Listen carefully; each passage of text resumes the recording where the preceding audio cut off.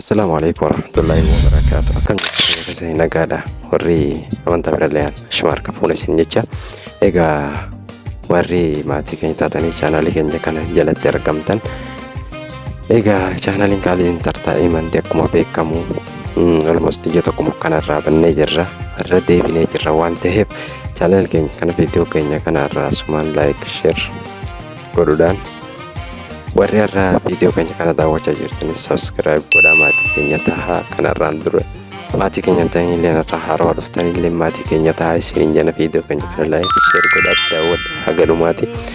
Egaa chaanaalii keenya kanarraa haga ji'a takka bannee waan turreef chaanaaliin keenya rakkoo godhatte subscribe haga nama 100 takka harcaasee jira. Kanaafuu warri kanaan dura santattan siyaata keessan koomentii godhuudhaan nu jajjabeessaadha. Egaa waan gaaffii isinitti ta'es asumaanuu nu gaafadhaadha. Isiniif deebisuuf qophiidha.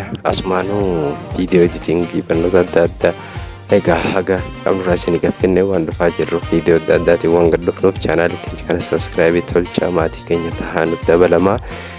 Egaa nu jajjabeessa isiniin jenna.